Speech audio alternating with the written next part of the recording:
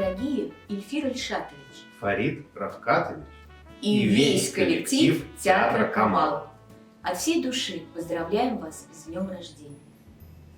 А в далеком 1962 году молодой, красивый, начинающий режиссер Марсель Салимжанов пришел в Казанский ТЮЗ и стал через 2 года его главным режиссером.